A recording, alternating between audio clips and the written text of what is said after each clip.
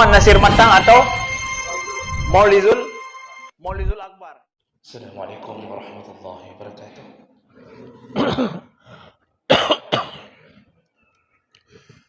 Alhamdulillahi rabbil alamin. Wa bi ni'matihi tatimmu shalihat. Asyhadu an la ilaha illallah wahdahu la syarika lah.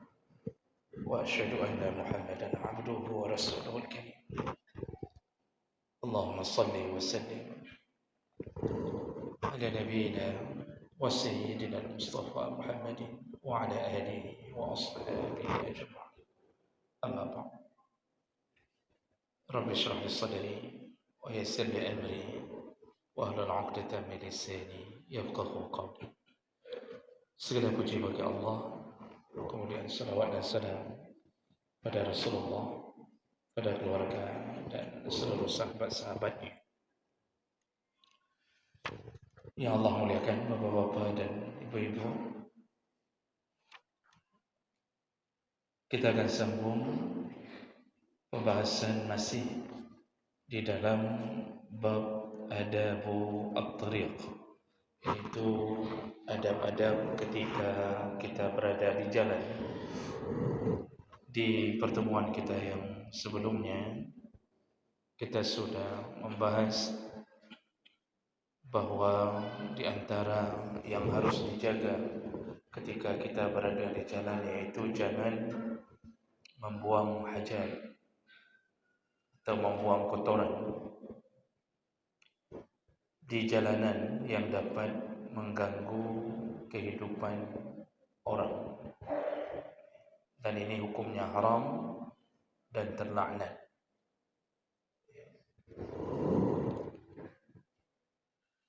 Dan tentu bukan hanya kotoran, apapun yang mengganggu jalanan, tengah jalan tetap mendapatkan dosa sebagaimana orang yang membuang kotoran dari jalan agar orang lain terhindar mendapatkan pahala. Maka begitu pula lah seseorang yang mengotori jalanan umum, maka dia mendapatkan dosa. Baik, kita lanjutkan. Berikutnya yaitu adamu fi'lin ma yustankaru 'urfan. Janganlah seseorang ketika berada di jalan melakukan sesuatu yang berlawanan dengan kebiasaan orang banyak.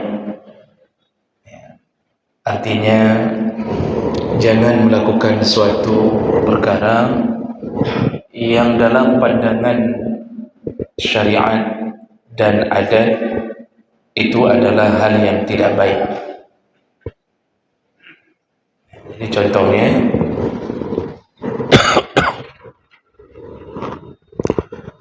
seperti seseorang al-aklu wasyurbu fi tariq, seperti makan, minum sambil berjalan di jalanan. Dan ini pemandangan ini banyak dilakukan oleh orang-orang yang boleh dikasih gelar kurang adabnya. Karena makan minum salah satu yang terlarang adalah makan dan minum dalam keadaan berdiri, apalagi berjalan. Biasanya kita dengan sepotong, dengan sebungkus kacang goreng atau apa sajalah, bisa jadi popcorn atau sejenisnya, dan kita menikmatinya sambil jalan. Dan ini tidak dilakukan oleh seorang mukmin. Duduk dan makan dan minum itu seharusnya sambil duduk. Dan dari sisi kesehatan pun telah dinyatakan bahwa orang yang minum, makan sambil berdiri atau bahkan berjalan maka minumannya tidak dapat membersihkan ginjalnya. Dan ini menjadi perkara yang menyebabkan penyakit mereka yang terbiasa melakukannya. Di samping itu kehilangan marwah. Jadi orang yang makan sambil jalan di jalanan dengan menenteng bungkusan makanan itu tidak ada muruahnya. Marwah, kalau orang katanya marwah. Jadi muruahnya tidak ada. Kehormatan diri yang izzahnya itu tidak dapat. Kalau itu dilakukan oleh orang alim, berarti belum layak disebut alim. Kalau masih sambil jalan makan, baik kita sedang jalan kaki ataupun dengan motor. Jadi dengan motor makan kebab yang sudah dibungkus, tapi di atas motor sambil jalan begitu, itu juga kehilangan muruah. Kalau dalam mobil tak mengapa, karena dia bentuknya dan keadaannya berbeda. Itu sambil duduk dalam mobil tidak mengapa. Tapi kalau di atas motor masih dalam kategori kehilangan muruah. Muruah itu tanda, bahagian daripada tanda atau karakter iman seseorang. Muruah itu bagaikan kehormatan yang orang akan melihat ini layak dihormati atau tidak. Dan ini kadang-kadang tidak disadari oleh sebagian orang. Karena dalam adab makan dan minum pun, kalau kita melanggar salah satu sisi syariat, itu sudah cukup bagi orang menilai siapa kita. Walaupun kita memakai kopiah, kita pakai baju koko, atau kita pakai jubah, kita pakai kain sarung, tapi ketika makan tidak sesuai dengan adab, maka kita telah menjadi orang yang kehilangan marwah di hadapan kaum mukmin yang lain. Makanya ini salah satu contoh, di jalan itu kalau makan duduk, kalau minum berusahalah untuk merendahkan badan, jongkok. Jangan di jalan, jangan sambil berjalan. Atau sesuatu yang lain yang bisa terlanggarnya syariat, tapi kita juga melanggar adat. Kita ini Pak orang Aceh, selain daripada syariat, adat itu juga menjadi sendi dalam syariat. Kecuali adat-adat yang melanggar syariat itu jangan dipakai dan jangan digunakan. Tapi orang-orang tua kita dulu itu mengajarkan adat itu rata-rata disesuaikan dengan ajaran agama. Contoh, orang kita itu tabu sekali dari dulu memakai celana pendek di jalanan. Itu tabu, aib dah. Kita pakai laki maksudnya, kalau perempuan bukan aib lagi. Kita jalan, jogging, lari sore, atau kita pakai motor. Itu dari dulu orang tua kita mengajarkan kesopanan yang bersendikan syariat. Pakai celana pendek selain melanggar syariat. Celana pendek maksudnya di atas lutut. Di bawah lutut tidak mengapa. Itu perkara yang hari ini kita melihatnya sudah menjadi hal yang seakan-akan sebuah hal yang membanggakan bagi sebagian orang. Jadi yang hari ini lari pagi pakai celana pendek, lari sore celana pendek, dia sanggup lari kemana saja, yang tidak sanggup ke masjid. Kita suruh lari, suruh kejar babi pun dia sanggup. Yang tidak sanggup ke masjid, maka babi pun heran dia. Sanggup dia keliling ke semua itu. Ada beberapa orang yang kita lihat, Masya Allah, apalagi atlet yang dipersiapkan untuk pon, untuk prapon, untuk pupu dunia, itu latihan di kota itu pakai celana pendek. Dan itu hari ini menjadi hal yang dianggap keren. Anak-anak muda pakai motor metik, dua kakinya diletakkan di depan, pakai celana pendek. Pulang dari olahraga futsal, itu dianggap keren. Padahal itu dosa besar. Karena membuka aurat itu dosa besar. Kalau dia mati di hari itu, dia mati di tengah jalan dengan izin Allah, maka matinya dalam keadaan sedang melakukan dosa besar. Matinya mati su'ul khatimah. Ini mulai dipopulerkan. Aneh sekali orang yang tidak ada rasa malu ketika pahanya nampak. Laki-laki itu auratnya seperti yang kita tahu antara pusar dan lutut, mabaina surah warubah, di antara pusar dan lutut. Kalau sebatas lutut masih nampak dalam mazhab Syafi'i masih boleh, tapi untuk mengamankan keadaan maka turunkan di bawah lutut. Dan itu kita hari ini jalan, dan itu melawan uruf, melawan kebiasaan yang telah dijalani dari dulu. Nah, ini sesuatu yang dilarang dijalani. Cuma karena kita hari ini telah dibodoh-bodohi dengan hak asasi manusia, sehingga dianggap semua perkara pun menjadi hak asasi manusia. Jadi itu nanti kalau kita tegur, dia akan bertanya, apa urusanmu? Paha-pahaku, celana-celanaku, bulu-buluku, bulu pahanya maksudnya. Apa urusanmu? Itu dianggap hak asasi, itu urusan dia. Jadi amar ma'ruf nahi mungkar itu dikalahkan oleh hak asasi manusia. Orang pacaran hari ini tidak berani kita tegur. Kenapa tidak berani? Karena dianggap itu hak dia. Jadi maksiat dianggap hak asasi manusia. Itulah kebodohan yang dibawa oleh lembaga besar bernama PBB. Jadi kita terjebak ke dalamnya, lalu kita perjuangkan. Sesuatu yang melawan syariat pun kita perjuangkan. Ketika PBB diam di saat saudara kita Palestin dibantai, lalu kita masih membela mereka, masih merasa bahwa kita berlindung di bawah mereka. Jadi, jemaah berkat Allah Subhanahu wa taala,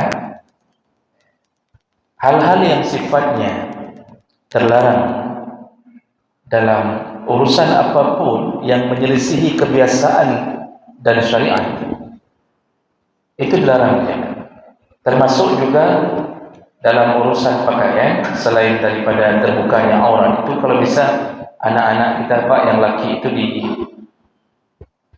dinasihatilah di rumah. Kalau yang punya kedudukan, punya kuasa, itu komandan-komandan tolong dinasihati anak buahnya agar jangan terlalu banyak membuka paha-paha di jalanan.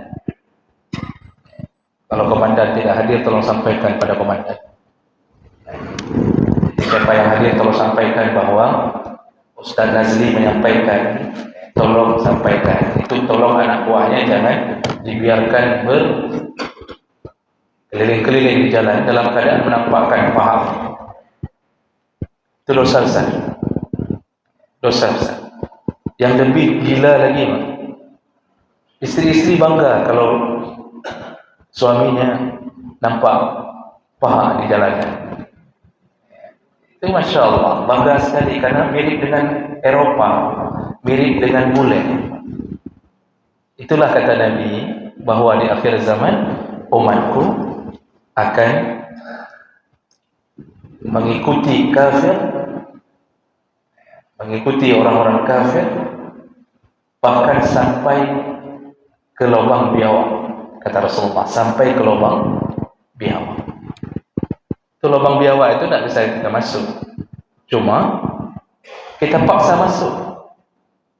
Itu keadaan di akhir zaman mendekati kiamat. Dan nanti kemudian ditanya di ujung hadis oleh sahabat, siapa yang kau maksud ya Rasulullah? Kata Rasulullah, siapa lain? Yaitu Yahudi dan Nasrani. Jadi semua gaya mereka diikuti. Juga termasuk malam ini, itu Itu di jalanan sesuatu yang kita tahu yang sangat terlarang dalam syariat adalah ikut berpesta pora menghadapi malam pergantian yang diperingati sebagai malam sakral bagi kaum Nasrani. Perlu kita ingat Bapak Ibu, sampaikan kepada yang mungkin kita sampaikan bahwa di sisi Nasrani itu Happy Christmas dan Happy New Year itu satu paket. Jadi dianggap Selamat Natal sekaligus perayaannya di Selamat Tahun Baru. Itu satu paket. Coba bayangkan di jalanan hari ini dan malam ini bagi mereka yang tidak peduli dan tidak bangga dengan agamanya dan dia tidak terlalu percaya bahwa Allah murka kepadanya.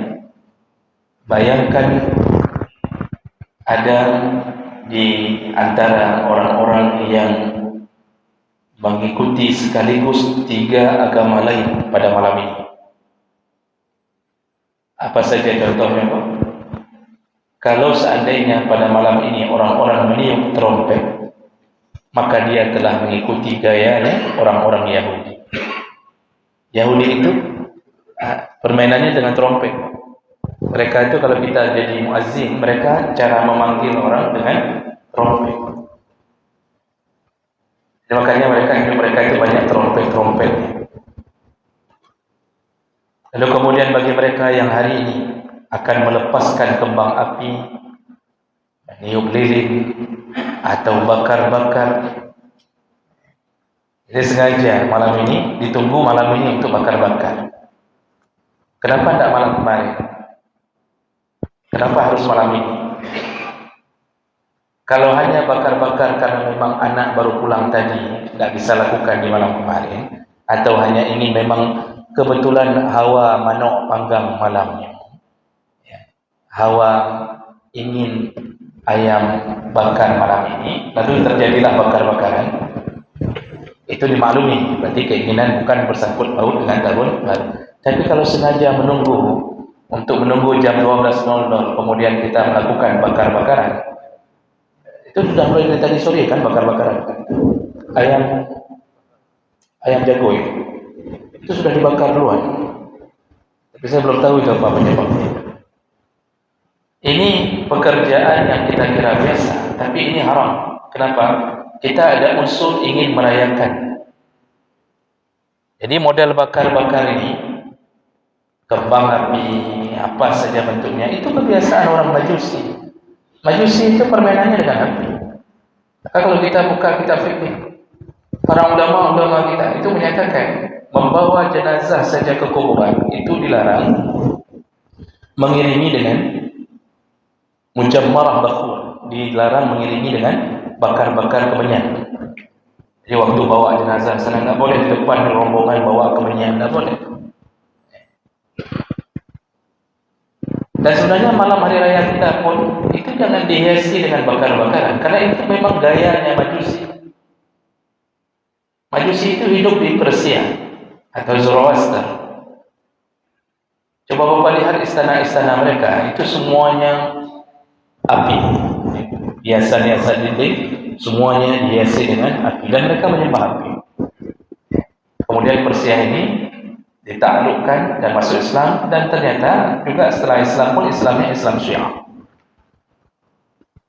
Jadi sudah dua agama, Yahudi dengan trompet, bakar-bakaran, kita sudah mulai masuk ke arena meniru-niru Majusi. Dan satu lagi memang poinnya di situ, yaitu merayakan tahun baru itu adalah merayakan tahun barunya Nasrani, bukan tahun barunya kita.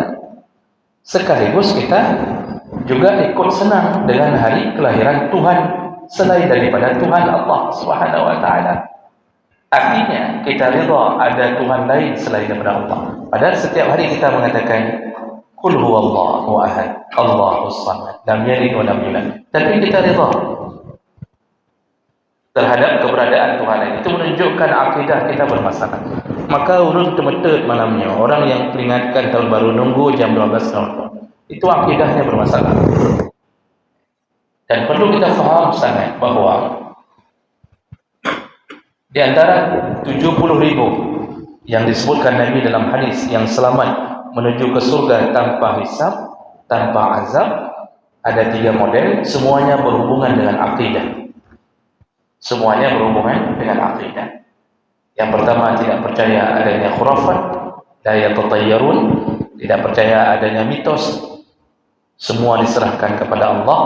Lalu yang kedua, tidak percaya bahwa semua penyembuhan datangnya dari dokter, datang dari tabib, datang dari ahli ruqyah, tapi dia percaya yang sembuhkan Allah. Dokter hanya perantara. Itu orang yang akan masuk surga tanpa hisab, tanpa azab. Yang ketiga, semua urusan hidupnya dia serahkan pada Allah. Mau musibah, mau nikmat, tetap dia berserah diri pada keputusan Allah. 3 kelompok ini tidak ada hisab, tidak ada azab. Langsung, ini kelompok VVIP. Maka hati-hati menghidupkan jalan pada malam ini dengan urusan-urusan yang kita akan melawan syariat pada malam ini bagi yang melakukannya. Bagi sebagian orang menganggap biasa karena imannya tak terdidik untuk berjumpa dengan Allah dalam keadaan ridha Allah. Ini biasa saja. Nanti paling waktu kita kasih tahu ini, mereka akan mengatakan Allah menyempit. Allah itu pun dipersoalkan. Kita kan hidup di sini memang harus toleransi. Betul, Nabi toleransi dengan Yahudi, Nabi toleransi dengan Nasrani, tapi Nabi tidak pernah toleransi kalau bicara masalah akidah, tidak pernah. Kalau sudah bersifatnya ketuhanan, itu Nabi mengatakan lakum dinukum waliyadin. Ini yang menyebabkan kita banyak tertahan menuju ke surga Allah Subhanahu wa taala, karena surga itu terbuka dengan akidah. Akidah yang baik, akidah yang kuat. Maka jangan penuhi jalan pada malam ini dengan amalan-amalan yang melawan syariat. Termasuk yang kita sebutkan tadi, di malam ini nanti ada yang pakai topi ini, pakai itu, macam model berkumpul, lalu melihat acara televisi, tunggu jam 12, begitu pas dihitung mundur, lalu kemudian muncul 1 detik di tahun yang lewat jam 12, langsung berteriak 1 kedai kopi, mengatakan alhamdulillah kata bang tahun baru. Itu yang model-model begini, Pak. Memangnya perkumpulan rombongan itu. Ini bukan tahun kita. Tahun kita itu telah ditentukan dari masa Umar bin Khattab adalah Muharram. Ini bukan tahun kita. Nabi pertama sekali datang ke Madinah, melihat anak-anak di Madinah itu memperingati hari raya Yahudi. Hadis riwayat Bukhari. Memperingati hari raya Yahudi. Jadi anak-anak itu sebelum datang Nabi itu mereka berhari raya juga. Artinya mereka ikut bersenang-senang dengan hari rayanya Yahudi, karena di Madinah banyak tinggal Yahudi. Lalu kemudian Rasulullah langsung mengatakan, mulai tahun depan hari raya kita hanya ada 2, yaitu Aidul Fitri dan Aidul Adha. Nabi melarang merayakannya. Hari ini bukan hanya merayakan hari raya kecil-kecil milik agama lain, hari raya besar agama lain kita ikut bersenang-senang. Nah, jangan penuhi jalan dengan kehidupan seperti ini pada malam ini. Jadi macam-macam ragam pekerjaan yang melawan syariat, melawan adat yang bersendikan syariat, itu terlarang. Sini diberi contoh lain, kal masyi fi tariq bi malabisin naum, juga termasuklah seperti berjalan di jalan dengan pakaian tidur. Jadi pakaian yang tak layak maksudnya. Pakaian renang kita bawa ke jalan, pakaian tidur bawa ke jalan. Ini tak layak. Ini melawan uruf, dan kita sekaligus kita tidak faham bagaimana agama ini bersikap. Ingat kembali dalam adab berpakaian yang pernah kita ajarkan, salah satu yang orang hari ini mencari sensasi di jalan adalah memakai pakaian syuhrah. Syuhrah itu pakaian yang orang ketika kita lewat dia melirik matanya, artinya dia lihat ini pakaian aneh. Itu biasa model-model pakaian artis yang berada di atas catwalk, berada peragawati, peragawan aneh-aneh itu pakaian syuhrah. Apa kata Nabi? Kalau orang memakai ini lalu memang ingin menarik perhatian orang, maka nanti dimasukkan ke dalam neraka dengan pakaiannya. Jadi dia nanti dipakaikan pakaian syuhrah itu, lalu dia dimasukkan ke neraka dengan pakaiannya. Itu urusan-urusan pakaian. Maka jangan buat sensasi di tengah jalan. Jangan buat orang melirikkan matanya hanya untuk melihat keanehan kita. Kita alhamdulillah lumayan terjaga. Tapi kalau di seberang sana, Masya Allah, macam model orang. Kalau di Eropa, kehidupan itu sudah biasa. Di tengah jalan ada. Ini sekarang di Indonesia kan sudah mulai muncul manusia silver. Itu kan gaya Eropa. Cat tubuh dengan silver, dengan perak, lalu buat macam-macam gaya. Itu semuanya punya Nasrani. Bukan benar-benar kita masuk ke lubang biawak. Semuanya itu punya gaya-gaya orang di barat sana. Kan ada pegawai ditanya, kenapa nak masuk ke paret saja? Itu insya Allah langsung jadi presiden. Jadi Bapak Ibu yang Allah kan? Nah, ini hal-hal begini yang perlu kita jaga di jalanan. Baik, berapa menit ini? 15 menit lagi. Oke, baik, saya berhenti dulu. Mungkin ada pertanyaan. Kalau tidak ada, baru kita sambung.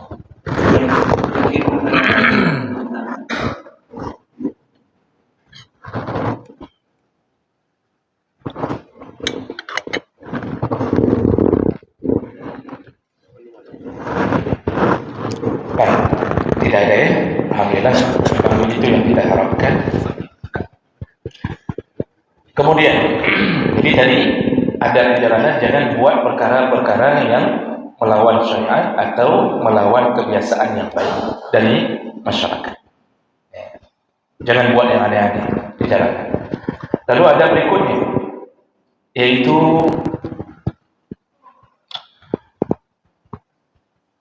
adamu mukhalafatil qawanin al-muta'alliqah bi tanzim as-siyar. Jangan selama kita berada di jalan, jangan melakukan pelanggaran-pelanggaran yang telah ditetapkan di jalanan. Jadi melanggar lalu lintas itu bermasalah. Memang itu urusan dunia. Yang buat pun pemimpin dunia. Kebijakan pun kebijakan dunia. Tapi kalau kebijakan dunia itu tujuannya mengatur kemaslahatan kaum muslimin, maka wajib taat. Itu yang perlu kita fahami.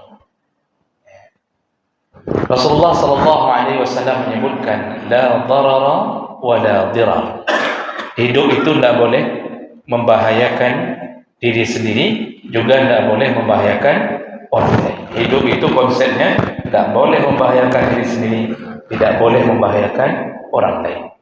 Maka semua peraturan yang dibuat oleh pemerintah untuk menjaga agar tidak timbul bahaya atau mafsadah di jalanan, itu wajib kita taat. Makanya kan Allah mengatakan, ati Allah wa ati Rasul wa ulil amri minkum. Taatlah kepada Allah, taatlah kepada Rasul, dan taatlah kepada ulil amri, pemerintah, pemimpin. Selama ulil amri itu tidak melawan Allah, tidak melakukan kebijakan yang melawan Allah, atau menetapkan suatu undang-undang yang juga menghinakan agama, maka tetap yang bentuknya positif tetap wajib taat. Sekarang misal buat selama di jalan, dibuat lampu merah, lampu kuning, lampu hijau. Itu kan kebijakan dunia. Dunia yang memikirkan bagaimana caranya mengatur. Apakah wajib kita taat atau tidak? Itu pertanyaan simpel. Wajib taat tidak? Boleh tidak? Apa hukumnya menerobos lampu merah? Simpel saja. Kalau kita buka fatwa-fatwa para ulama, semuanya mengharamkan. Haram hukumnya menerobos lampu merah. Kenapa? Karena dengan menerobos, kita selain membahayakan diri sendiri, juga membahayakan orang lain. Kena. Dalam hadis Nabi langsung kena. Yang kedua, kita telah membuat sebuah kekacauan yang hak orang lain berjalan, kita ambil, sehingga timbullah kekacauan. Akhirnya apa yang terjadi? Mafsadah, kerusakan. Gara-gara kita terobos, hak orang terpaksa berhenti.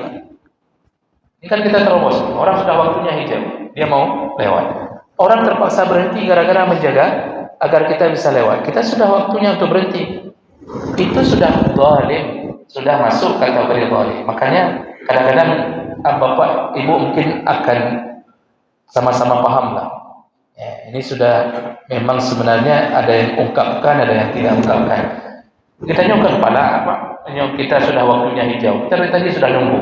Kita hitung bersamaan dengan nomor yang keluar itu. Kita lihat ke atas. Kita hitung, kadang-kadang kita kali 2, kadang-kadang kita bagi 2. Macam-macam kita tunggu. Begitu hijau, kita jalan. Ini terobosnya, Pak. Pasti dalam hati kita, itu kalau kendaraan kita lebih besar, kita tidak peduli, Pak. Kita langsung tancap. Yang kedang berkedang, madi. Kan begitu, ada rasa itu, Pak. Rasa kesal itu ada. Kalau kecelakaan gara-gara terobos, maka kita yang dirugikan. Kita sudah nunggu dengan tertib, tiba-tiba diterobos. Itu semua pekerjaan yang dilarang di jalan. Makanya itu urusan-urusan begitu. Itu urusan kemaslahatan kaum muslimin. Ada kaidah yang berbunyi daf'ul mafsadah muqaddam ala jalbil masalih. Menolak mafsadah itu lebih utama daripada mendapatkan manfaat. Jadi ketika kita tertib menunggu lampu merah itu, kita dapat manfaat, teratur, walaupun harus sabar sebentar teratur. Tapi begitu kita terobos, dapat mafsadah. Maka menerobos itu menjadi sesuatu yang dilarang. Makanya tidak boleh hal yang itu. Nah, timbul pertanyaan lagi, bagaimana kalau di waktu subuh? Kalau itu bukan bapak saja yang terobos, saya pun saya terobos. Karena tadi sifatnya membahayakan. Subuh ada orang, tidak ada orang. Orang tidak mau salat subuh, Pak. Orang maunya fajar free nanti jam-jam 7. 3,5 juta lebih diharapkan daripada pahala salat subuh yang meliputi dunia dan isinya. Orang salat subuh itu sebelum salat subuh saja, qabliyahnya saja, itu sudah dapatkan pahala dunia dan isinya untuknya. Untuknya. Berapa orang yang dapat, semua Allah berikan untuknya. Itu baru qabliyahnya saja. Belum salat subuhnya. Orang tidak mau karena tidak nampak pahala itu. Orang maunya yang 3,5 juta yang dipotong BPJS 300 ribu. Belum lagi kadang-kadang tertunda. Itu yang dia mau. Fingerprint jam 7 penuh, Pak, jalan. Subuh tak ada orang, 4:30 tak ada orang. Tak ada. Itu tiba-tiba bertemu dengan lampu merah. Apakah kita wajib tunggu lampu merah itu, Pak? Tiba-tiba ada bayangan lewat, kelewat juga katanya. Itu di situ illah menerobos itu kan tadi membahayakan. Begitu kita lihat tidak membahayakan, artinya tidak ada sesuatu yang menyebabkan bahaya, maka itu berubah hukumnya kembali menjadi mubah. Oh, kalau mau tunggu lebih bagus. Kalau mau tunggu lebih bagus, itu nanti dapat poin 9 yang mau tunggu, kan? Tapi saya tidak mau tunggu, Pak. Ya, begitu. Karena sendiri di tengah malam itu sendiri subuh itu tidak ada orang. Kalau itu saya sendiri terobos. Tapi kalau insya Allah kalau yang model-model jalanan sedang ramai, itu mulai dari waktu itu sebaiknya jangan lakukan. Karena kenapa? Dosa. Jadi kalau ditanya, dosakah kita terobos lampu merah? Dosa. Karena membahayakan orang lain. Ada syahnya, yang boleh syahnya. Kalau menjaga orang lain agar selamat adalah pahala, maka membuat orang lain mudarat adalah dosa. Maka jangan terobos lagi. Kadang-kadang ada yang terobos, lalu ditahan sama polisi. Kita sama polisi. Kenapa Bapak terobos? Bapak nak lihat lampu merah? Lihat, Pak. Cuma saya tak lihat Bapak. Tadi diterobos. Coba kalau lihat Bapak tadi saya tak berani terobos katanya. Ini kadang-kadang begitu. Nah, ini Bapak Ibu yang Allah muliakan, hal-hal yang begini itu ternyata diatur sampai ke dalam kitab-kitab ada. Jangan melawan urusan-urusan yang ditetapkan oleh pemerintah karena akan berhubungan dengan urusan-urusan kemudaratan. Berbeda kalau itu tidak ada hubungannya dengan kemaslahatan kaum mukminin. Karena nanti ada yang sifatnya memang hanya berurusan dengan dunia saja, tapi ada yang berurusan dengan dunia dan akhiratnya. Makanya jangan langgar sesuatu. Ini kan masalah orang melawan arah. Melawan arah itu kan membahayakan orang. Melawan arah itu kan membahayakan orang lain yang jalan pada semestinya. Itu juga dosa. Itu dosa. Cuma karena kita memang sudah terbiasa di negeri Konoha ini, sudah terbiasa negeri plus 62 yang enggak jelas ini. Itu sudah biasa model begitu, Bang. Hantam sajalah. Nanti kalau ditahan pun ada orang yang klakson, kita balas klakson lebih kencang lagi, Bang, untuk melawan. Padahal kita salah. Kenapa? Sudah terbiasa begitu. Coba ke Singapura kalau berani. TBA, Bang. Coba kalau ke Jepang berani buat gitu. Hancur. Ini negara-negara yang tidak peduli, itulah yang membuat akhirnya masyarakat terdidik untuk tidak taat. Ini yang kadang-kadang, dan itu bisa ditambah dengan petugasnya datang. Itu membuat masyarakat juga bertambah datang. Kita tahan di lampu merah. Begitu kita lihat, petugas dengan seragam brum lewat. Nanti ada yang model kita kena razia, tapi yang berseragam tidak kena razia. Mana ada percaya masyarakat begitu? Diterobosnya lampu merah babe Bandung. Inilah akibatnya. Kenapa? Karena kita sebenarnya juga tidak melakukan seperti apa yang telah kita buat sendiri. Coba kalau semua petugas taat, mana ada yang masyarakat berani melawan dasar tidak ada. Maka itu efek sebab dan akibat. Jadi Bapak Ibu yang Allah muliakan, ini termasuk hal yang perlu dijaga di jalan. Apabila lagi 4. Baik, itu yang berikutnya. Masih ada tersisa waktu 4 menit. Ada yang ingin ditanyakan? Satu pertanyaan. Jangan dipaksakan kalau tidak ada. Baik, mungkin dari kami. Assalamualaikum warahmatullahi wabarakatuh. Waalaikumsalam warahmatullahi wabarakatuh. Mengenai lampu merah Ustaz, fenomena di kita di kota Lombok itu, terutama seperti Ustaz sampaikan tadi, aparatur atau banyak ibu-ibu yang pakai seragam ASN, ibu-ibu terutama, mereka tidak pernah mematuhi peraturan lalu lintas, mereka terobos. Begitu kita hampir kenapa, malah dia yang memarahi kita. Bapak marah-marah, karena dia yang salah. Itu bagaimana kita jawab? Ibu yang salah atau kami yang salah? Mungkin begitu Ustaz. Assalamualaikum warahmatullahi wabarakatuh. Waalaikumsalam warahmatullahi wabarakatuh. Ini pertanyaan menarik Bapak Ibu sebagai penutup kita di malam ini. Memang ini pertanyaan yang memang tidak ada jawabannya sebenarnya. Karena kita tahu bahwa kalau di hutan itu ada raja hutan, itu singa. Kalau di jalanan itu ada raja jalanan, yaitu emak. Ya, anak muda-muda apa ya? Kalau sudah ngangkat HP, itu langsung berhenti di tengah jalan, hanya untuk bicara dengan orang yang sedang menelponnya. Lampu sen kirim kanan belok kiri itu hal yang biasa bagi raja jalanan. Dan kita tak berkuasa untuk menahan itu. Ya, mau kita marahi, terbayang mama kita melahirkan kita dulu. Ya, mau kita pepet, terbayang istri kita diperlakukan orang begitu. Jadi kalau ditanya bagaimana cara menyikapi ibu-ibu ini, tidak ada jawaban, Pak, karena itu perlu pendidikan dari suaminya di rumah. Jadi suami yang harus kasih tahu ke istri-istrinya, tolonglah, ya, tolong jangan sampai mengganggu atau membahayakan orang dengan gayamu di jalan. Kalau engkau meninggal tidak mengapa, yang penting jangan orang meninggal. Dan ini memang perkara mungkin karena faktor perempuan ini Pak tidak ditakdirkan untuk di jalanan sebenarnya. Sebenarnya yang disuruh di jalan itu bapak-bapak. Cuma karena si bapak kerja, akhirnya si ibu tidak ada yang membawa anak ke sekolah, terpaksa bawa. Sedangkan kemampuan dia, psikologinya itu bukan psikologi orang yang bisa memanajemen diri di jalanan. Akibatnya apa yang terjadi? Ya begitulah. Ya, itu dengan geng motor lebih bahaya ibu. Kalau kita marahi nanti dia tanya, tidak ada, dia bilang tidak ada yang hantar anak. Suami saya sudah keluar dari jam 7, paksa saya hantar. Akibat perempuan berada di jalan, memang bukan perempuan ini kan psikologinya berbeda. Dia psikologinya berbeda dengan laki-laki. Dia memang bukan orang yang ditakdirkan jalan. Makanya terjadilah hal-hal yang seperti itu. Ini hanya perlu nasihat. Hanya perlu nasihat. Kalau kira-kira yang kita temui itu janda, selain nasihat, nikahi dia. InsyaAllah. Demikian.